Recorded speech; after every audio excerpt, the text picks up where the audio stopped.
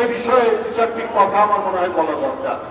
তিনি বলেছেন অতি বাম আর অতি ডান তারা নাকি তাকে সরকার থেকে সরিয়ে দেওয়ার ষড়যন্ত্র করছে, এইটা উনি বলেছেন। কিন্তু উনি বলেননি অতি হরিলুটকারী, অতি রাষ্ট্রায়ত্ত অর্থ লুটপাটকারী, অতি রাষ্ট্রায়ত্ত ব্যাংকের আত্মসাৎকারী, খেলাফি ঋণের হাজার হাজার কোটি টাকা তারা আত্মসাৎ করেছে আওয়ামী লীগের ঘনিষ্ঠ সেই অতি খেলাফি ঋণ গ্রহণকারীরা, নিয়ম বহির্ভূতভাবে হাজার হাজার কোটি টাকা যে সমস্ত অতি ব্যবসায়ীরা ব্যাংক থেকে নিয়ে বিদেশে পাচার করেছে বিনিয়োগের নামে, তারা অতি শেয়ার বাজার লুণ্ঠনকারীরা,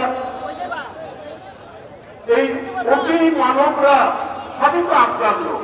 এরা কি আপনাকে রক্ষা করবে?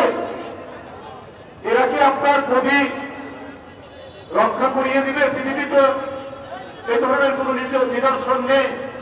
এই সভ্যতার যুগে কোন স্বৈরাচার তারা মানে এই ধরনের দৃষ্টান্ত স্থাপন করেনি যে অনাচার করে, লুণ্ঠন করে, দুর্নীতি করে, নিজের দেশের টাকা লুট করে, নিজের দেশের ব্যাংকের টাকা পাচার করে ক্ষমতায় থেকেছেন।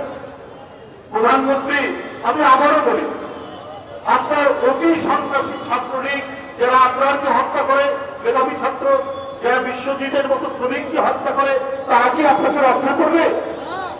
আপনার অতি সন্ত্রাসী যুবলীগ যারা টেন্ডারবাজি করছে, যারা বিভিন্ন জায়গায় মানুষের জায়গা জমি বসত বাড়ি দখল করছে, তারা কি আপনাকে রক্ষা করবে? প্রধানমন্ত্রী, আপনাকে তারা রক্ষা করতে পারবে না।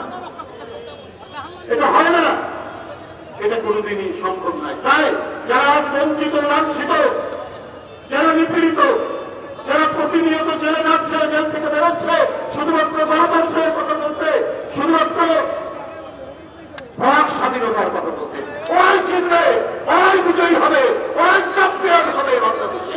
আপনার পরাজয় অবধারিত। বড় বড় কথা বলছেন, অনেক উন্নয়ন, 7 কোটি এদেশের মানুষ কোন রকমে জীবন জীবিকা নিয়ে চলে, কোন রকমে টিকে থাকে। এর মধ্যে 85% অর্থাৎ 6 কোটি মানুষ তাদের যা কর্মসংস্থান, এটা অত্যন্ত ভাগ্যের, এটা অত্যন্ত সঙ্গীন অবস্থা। আপনি এদেরকে রক্ষা করেছেন। এরা কারা? এরা রিক্সাওয়ালা, এরা ভ্যানওয়ালা, যারা ফেরি করে চা বিক্রি করে তারা, যারা সেলসম্যান তারা, এবং যারা জমিতে দিনমজুর তারা। এদের কোন রাষ্ট্রীয় নিরাপত্তা নেই, এদের কোন সামাজিক নিরাপত্তা নেই, এদেরকে সরকার কোন প্রোটেকশন দেয় না। এদের কি হবে? আজকের মে দিবসে কোথায় উন্নয়ন?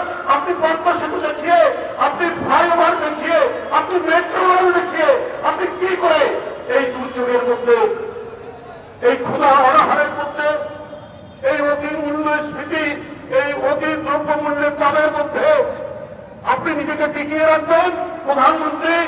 প্রধানমন্ত্রী আপনাকে সমালোচনা করলে এই যে এখন যেমন তপ্ত রৌদ্র, এই ভয়ঙ্কর রৌদ্র, এই রৌদ্রে আপনার মাথা তো এমনি গরম থাকে।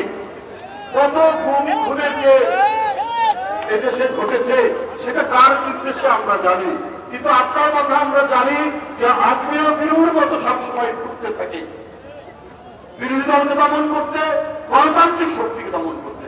আর সেই দিন আসবে না। এবার জনগণের অতিরিক্ত শক্তি এই স্বৈরাচারের বিরুদ্ধে প্রয়োগ হয়ে গণতন্ত্রের বিজয় নিশ্চিত হবে। বাংলাদেশ জিন্দাবাদ।